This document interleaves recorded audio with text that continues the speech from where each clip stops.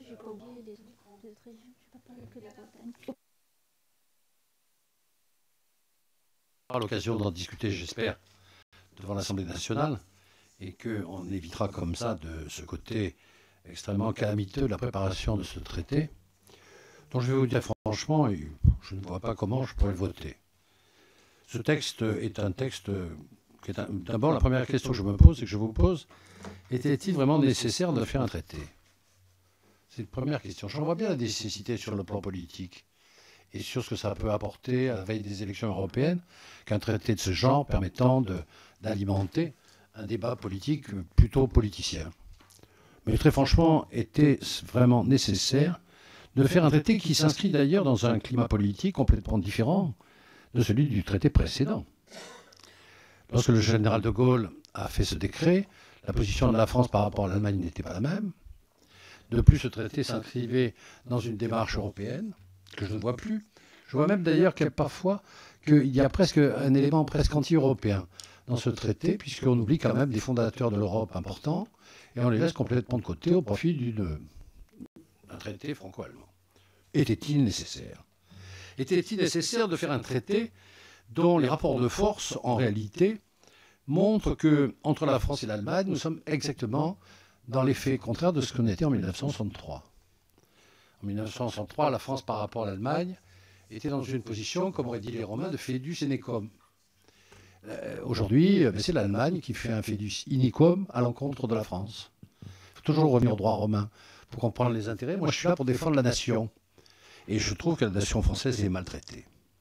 Donc, la deuxième question que je voudrais vous poser, était-il nécessaire? Ce traité est-il important sur le fond? Un certain nombre de dispositions, très franchement, n'avaient pas besoin de faire un traité. Lorsque vous nous parlez des relations entre les collectivités territoriales en Alsace, ou bien avec les frontaliers allemands, bon, on n'a pas besoin de faire un traité. On n'a pas besoin de faire un traité international. Les collectivités territoriales allemandes peuvent parfaitement négocier avec leurs voisins français. Les universités peuvent parfaitement coopérer, elles le font d'ailleurs.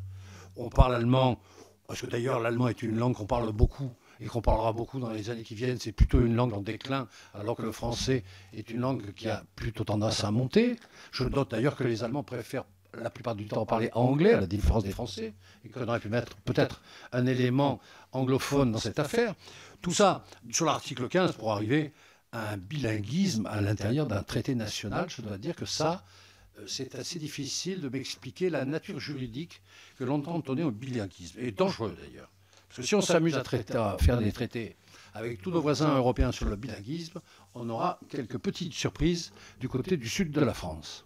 Mais enfin, vous avez voulu faire un traité parce qu'il y a une campagne électorale, c'est très bien. Troisième question, qu'est-ce que ce texte amène à la France?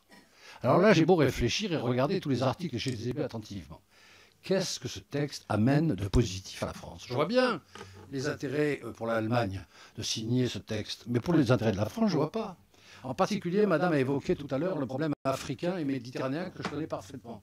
Eh bien, très franchement, quand on me dira que les Allemands ont l'intention de travailler avec les Français en Afrique et tout autour de la Méditerranée, je souris. Car effectivement, ils travaillent avec les Français pour les remplacer. Et d'ailleurs, les chiffres sont patents. Et en plus, je voudrais rappeler que l'Union de la Méditerranée que nous avions créée a été cassée par l'Allemagne. Et qu'elle l'a cassée délibérément parce qu'elle considère que le problème de la Méditerranée et de l'Afrique est le problème de l'Allemagne. Il n'est pas le problème de l'Europe, et encore moins des Franco. Il faut conclure, monsieur le député. Expliquez-moi tout ça, qu'est-ce que ça...